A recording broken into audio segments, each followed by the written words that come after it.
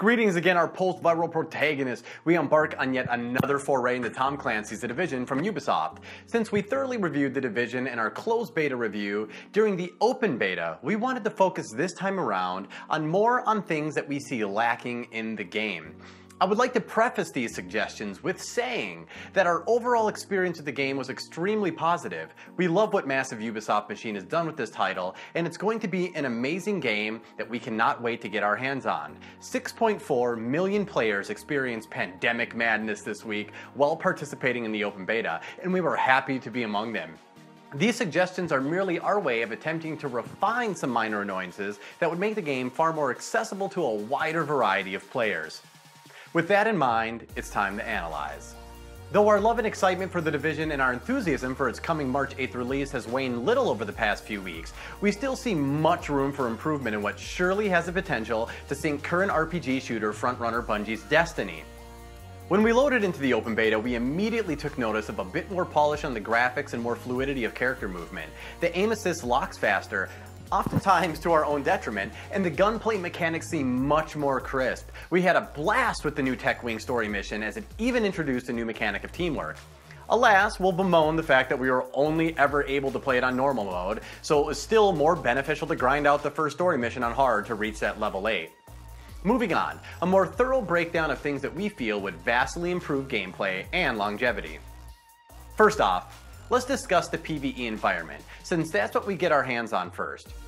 We can't stress enough the importance of adding random missions, guarding JTF supply drops, extracting citizens in desperate need of medical attention, hunting down gangs of thugs and other high-value targets, restoring service buildings, evacuations, etc. All these scripted missions could be generated on the fly at random times, day or night.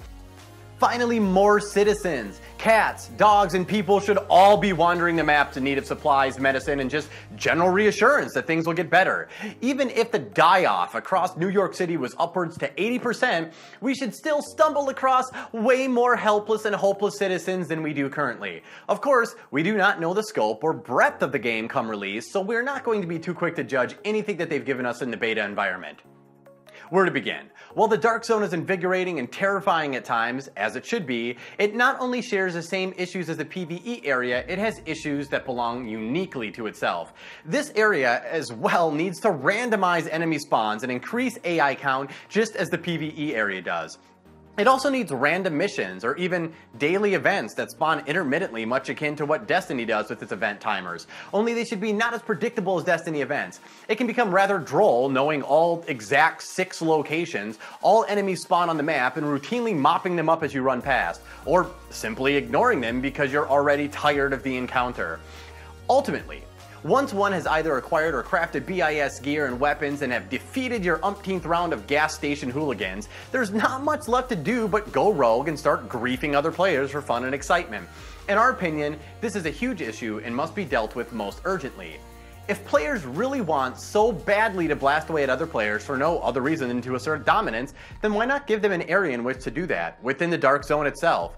We suggest slaughterhouse arenas. New York City has many old rundown slaughterhouses, and those could be put to great use as challenge arenas. With their large, wide open central areas and many side rooms and catwalks, it would be easy enough to allow teams to challenge others for loot and DZ cash. One team can post a challenge to the board, maybe signaling a flare outside the slaughterhouse, and choose from a preset list of rules and regulations for the challenge and post it. Either wait there or continue playing until your challenge is accepted by another team. Once the challenge is accepted, both teams could be whisked off to a unique instance of the slaughterhouse, each starting on opposite ends to battle it out for cash and prizes. If really necessary, you could even run an in-game leaderboard for all those who feel the absolute need to gloat. Story-wise, this could also fit in as a training area. In the military, miles gear is used to vet soldiers against other soldiers in order to practice field operations or battle drill exercises such as mount, CQB, etc. This could be a 8v8, 4v2, 4v2, any kind of pair-up. The other team simply has to accept. To make it fair, they could show the team's average firepower, health, and tech ratings as well before accepting in comparison to your own. As I said, for storyline continuity, this could be even called a training area or something of the like. Basically, a place to fight, get funds, where no one goes rogue and you get to test your group against another without other agents interfering. This particular idea was posted by me on Reddit, received over 100 upvotes with a 90% upvoted rating. This may not be realistic with a launch in 2 weeks, but hopefully we can make it clear to the devs that we would like something a bit more competitive in the future. A similar feature could be had in the PvE environment. Suppose a critical building or landmark is needed to be held down in order for other agents to garner resources. You go to the landmark, issue out a flare, and then wait for the waves of enemies that are contesting you for that resource control. After so many waves, you get a chest. Every chest has better loot comparable to your level. Every wave of enemies grows increasingly more difficult, and at any point you can leave and take your reward. If you stay and die, you lose it all. It would make for a very intense PvE game type of constant action, requiring exquisite teamwork and an intimate knowledge of your capacity as a team. Another thing we'd like to see is a mic icon added to a player's gamer tag when they have an active mic or headset. As it stands, we don't know who can and cannot communicate until they actually speak up. The mechanics of the rogue system still leave a bit to be desired. In addition to the affinity attribute that we discussed adding in the previous review, we've noticed some more issues that make it rather easy to force other players into going rogue. There are also ways to cheat rogue status once you have it, such as leaving your group and then rejoining. When your team goes rogue, you simply leave your team and then rejoin. Instant rogue status removal. Nice, huh? Fix it, Ubisoft. Your rogue timer should remain active regardless of your group affinity. Another issue we've seen arise has to do with the newly unlocked turret skill.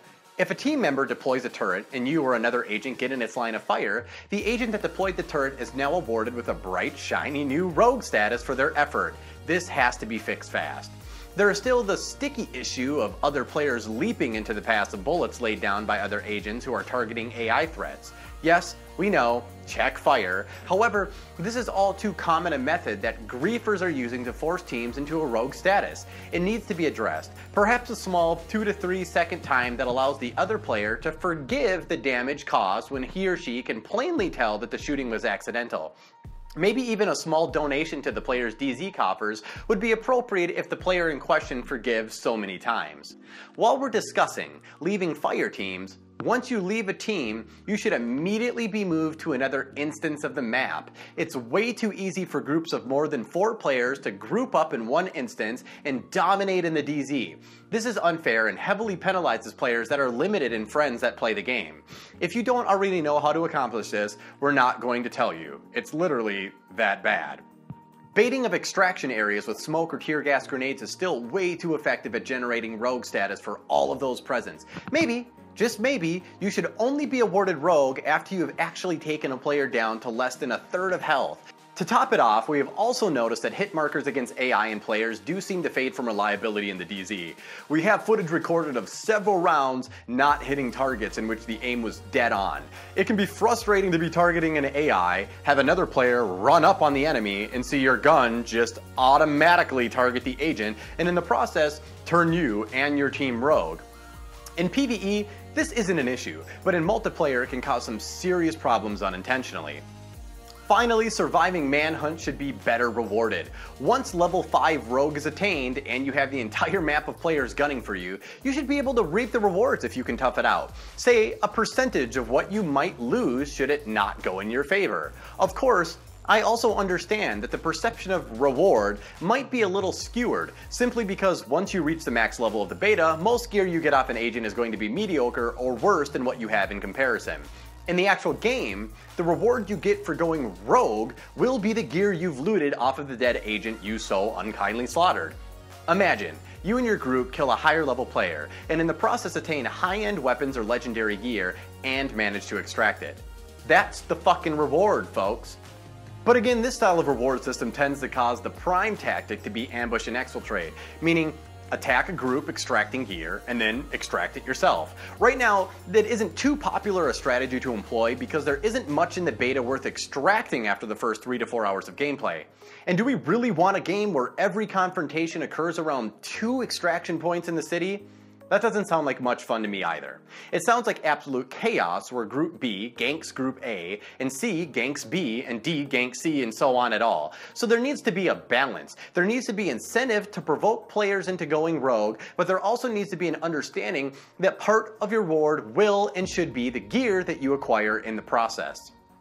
As always, if you found this review helpful, please hit the like and subscribe for more weekly content and videos, and don't forget to follow us on Twitter and look us up on our very active Facebook community. Till next time, may your magazine stay full and your aim true.